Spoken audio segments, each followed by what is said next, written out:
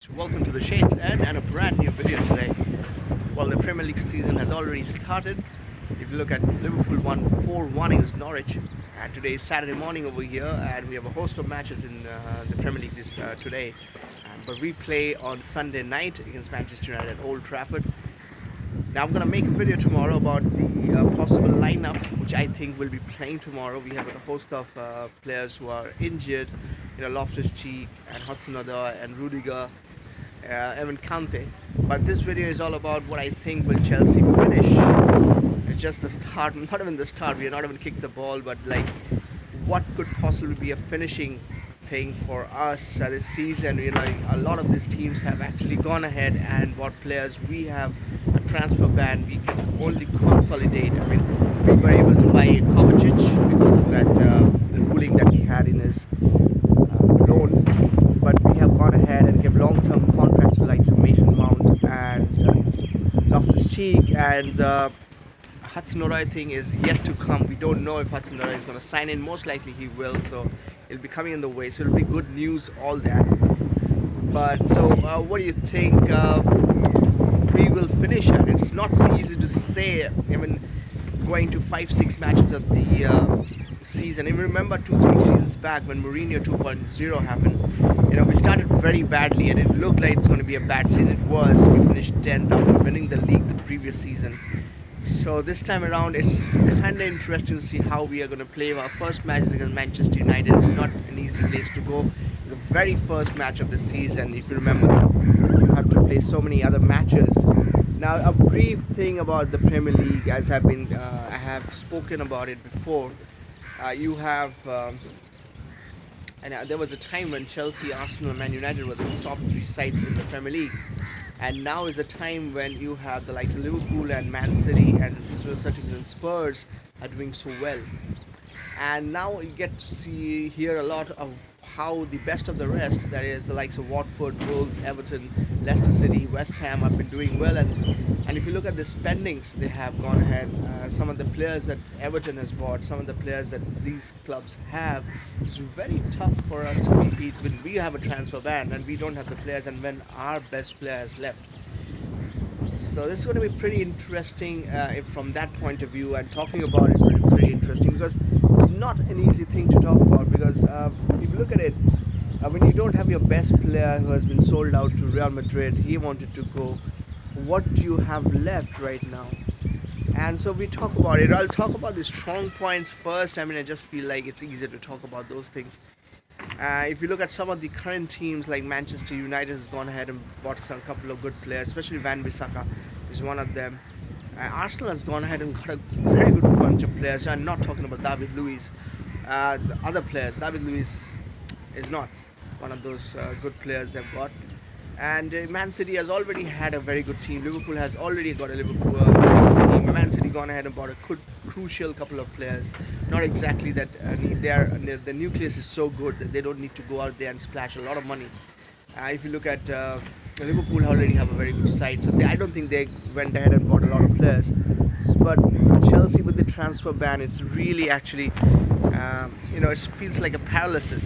And you cannot just move, and you see other teams are moving in and you cannot, and you see some of the teams like Everton, Watford, Wolves, they are catching up, and we are in a situation where we're only changing managers and we don't have the players, and then a certain player who was expected to do well and falls out and leaves for one of your bitter rivals. It doesn't look that nice. But anyways, that's how the soap opera or drama of English football is all about, and we have to deal with it. So what I think about our chances this season as the football club. Now it's very tough to say that in the beginning. I'll tell you. I'll just look at last season what happened. I mean, Sarri was a late entrant. He came in when the pre-season was almost coming to an end. He got a bunch of players. Obviously, Hazard was the main reason. And it started off very well, but then it started falling off from November. From November to February last season, things were off. It looked like the players revolted. The players didn't want to play his Sarri style of football. But then again, things started to look back. And we won the Europa Cup, finished third, when most people thought we would finish 6th. So that's how unpredictable, and it's not so easy to just say that, yeah, at the beginning of the season that we are going to finish 4th, 8th. like came up with some reports were saying that we're going to finish eighth because the likes of Everton and Watford are doing so well. And if you look at our team, we don't have the team which actually can go out there. And I mean, some of it is true. I mean, look at our team, and there are teams out there who are better players than us at this moment, who have not featured in the top six in the recent times, but they can actually take over and be a top team, better team than us at least. And so that's pretty depressing actually to think about it for a moment. I was just thinking and getting into that thing, like it's kind of pretty depressing if actually that happens. But then there are people who are saying that at the end of the day, Chelsea will still finish in the top four, no matter what Arsenal has bought, no matter what other teams have spent. Everton has spent a good amount of money this time around.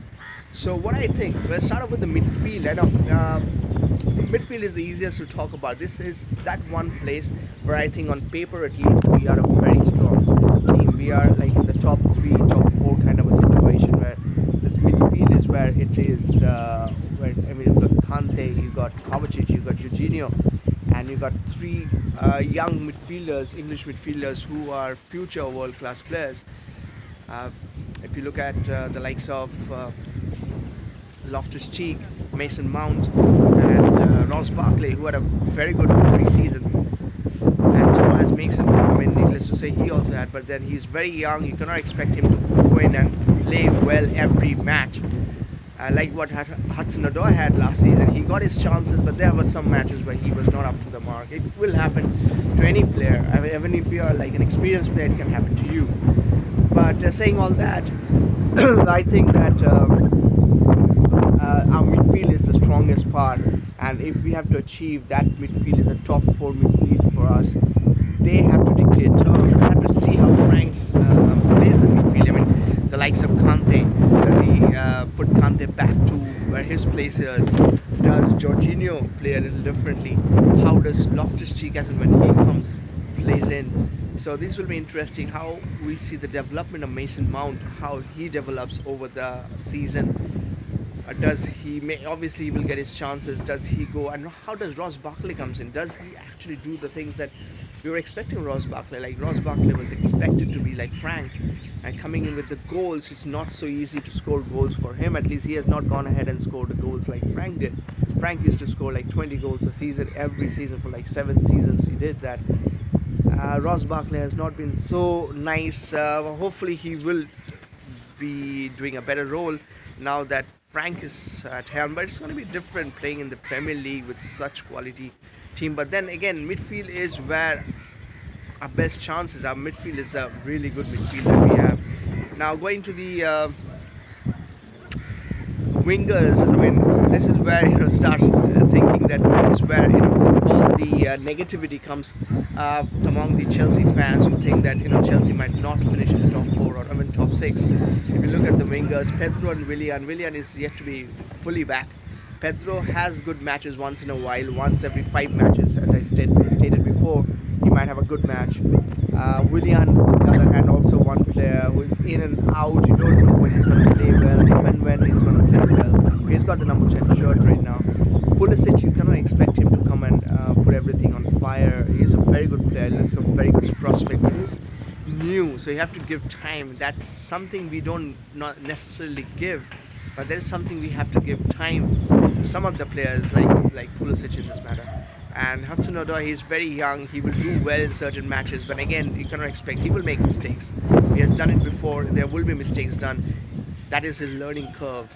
And players like Hudson-Odoi and Mason Mount and Tomori and Christensen even, and someone like Reece James, as and when these guys come in, they are bound to make mistakes. They're very young. Tammy Abraham in that matter as well. Now coming to the Tammy Abraham, as I said, then strikers, it doesn't look that great. I mean, Michy Batshuayi for me is my number 1 striker, but then I mean he at times doesn't look like he can deal that or be a top level striker, coming in with the scoring 15 goals which we expected him to do, but he has not been able to get into that zone. For him, hopefully this season he will be able to do it. Giroud, all the experience, I still don't think he can go out there and score goals. We need a midfield to come in and do that. And obviously Tammy looks very good, but then again he's very young. You cannot expect him to just go ahead and score goals. He had made a lot of mistakes in the pre-season, though he looked good. but the final one third is where I think gets a little missing. And as time goes on, he will improve, and I guess that will be beneficial for us. Now, going to the defense, with David Luiz leaving, the idea of we had four defenders playing two matches a week, one Premier League match, one Champions League match come September. But now that we are more of a situation like last season when we had three defenders, Rudiger and Christensen and David Luiz. This season I thought we will have four defenders, and maybe Tomori will be going out.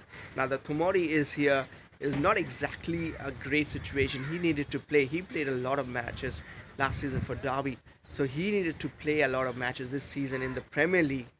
And maybe next season or the year after that, we could have brought him in the first choice. But the situation right now is because of David Luiz leaving so irresponsibly, and that is exactly the word I want to use, irresponsibly. We are in a situation where Tomori cannot go on a loan. What would mean is that we are stuck with him not playing much matches. He will end up playing only the League Cup and the FA Cup matches and in the initial rounds. If we make it to the the advanced rounds, like in the quarterfinals, semi-finals of these cups, he will not get a chance in that as well. But so we're still stuck with three players. I don't think the three defender thing. Obviously, Dave will come in and he will pitch in as and when required. But obviously, we're trying with Rudiger, Zuma, and Christensen to do the job. And then again, Christensen a couple of seasons ago looked really good. Now he looks a little pale. I'm not sure why. What has happened?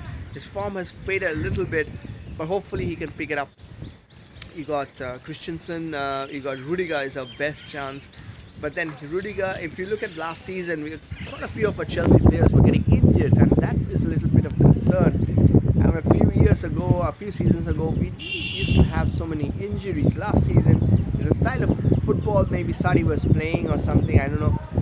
Kante, Rudiger, Hudson-Odoi, Ruben Loftus-Cheek, a bunch of players just got injured, and these were long-term injuries. These are not like injuries which will, niggling injuries. These are like 4 months, 6 months, 8-month injuries, which really hampers us, our chance of making into the top four. So that is something to think about. Rudiger coming back from an injury, how much he will be able to do it. Zuma is injury prone, though he had a beast of a season with Everton last season. And the reason why Everton fans on Twitter were saying free Zuma, trending that was going over there, because they knew that how good a player he is, and if he can join in the current Everton lineup, Everton has gone and bought some really good players, it would have benefited them. But then obviously he's there, he knows Champions League is with Chelsea, not with Everton, so it makes sense for him to stay back, and in case things doesn't work out for him, that time he can make a move, but not to Everton, maybe some bigger club. But anyways, looking at this, Zuma is also injury prone, so we had to see what if Zuma, Rudiger and Christensen gets injured, then what? Then what will happen? Who will play? Do we play Tomori then? And if Tomori plays, do you think he will make a difference? Dave can come in and play the central defense. He is one player who looks, couldn't take it. He's the captain now. So that is interesting. So if you look at the defense and the wingers and the strikers, that is where you think that it's going to be a very tough season for Chelsea and for Frank Lampard. The goalkeeper thing, I don't want to talk. Kepa is one of the top 3, top 4 goalkeepers in the Premier League. He's a superb goalkeeper, nothing much to talk about there. But overall, what do you think? You guys let me know, because I, for one, believe that Chelsea, it's like the passion at Stamford Bridge is different. And last season, if you look at it, everybody said we will be 6th, and we finished 3rd, 2 matches to go. We won the Europa Cup. It was an amazing season. Compare that. This season also, it looks like 6th, 8th is the position. But if you look at it, there's a very good chance, if the team spirit is right, if the players are willing to work with Frank and make it happen, we have a chance. But then again, I tell you, if you look at Frank, he was a very inexperienced manager. And if you look at Frank's performance with Derby last season, you'll find that he lost a lot of matches. He plays aggressively, but he loses a lot of matches. At the Premier League level, it might not be an easy thing for him to do. I feel that we might have a long season coming up, it will be an interesting one, because all the young players that we are seeing were getting a chance, and in Chelsea it's been quite some time that we have given young players a chance. It'll be interesting to see. I am not going for a number from my side as to if we can finish 4th, 6th, 8th, or before, I have to do better than 4th. I mean, it's not easy to say, because as I said, last season nobody expected us to finish anything above 6th, and we finished 3rd. So it'll be interesting. We got a chopper coming up. Wait, I'm not sure how many choppers go on this side, but it does. Anyways, so coming back to the video, it's interesting to see that where we are going to finish this season. I for one believe that we can finish. It all depends on that, on our team spirit, how Frank can combine and talk to the players and say, let's do it. Ability-wise, we are weak in certain areas. I think some of the teams like Everton, Watford and Wolves have really progressed. Our direct rivals, our so-called direct rivals, the likes of Spurs and Manchester United, Arsenal, are doing well. So it'll be interesting to see how we go, and you guys let me know where you think Chelsea is going to finish, 4th, 6th, 8th, or below 8th, or above 4th. You let me know in the comment section. As always, I would love to hear from you guys. Until next time, in tomorrow's video, the preview for Man United versus Chelsea. Ciao for now. Bye bye.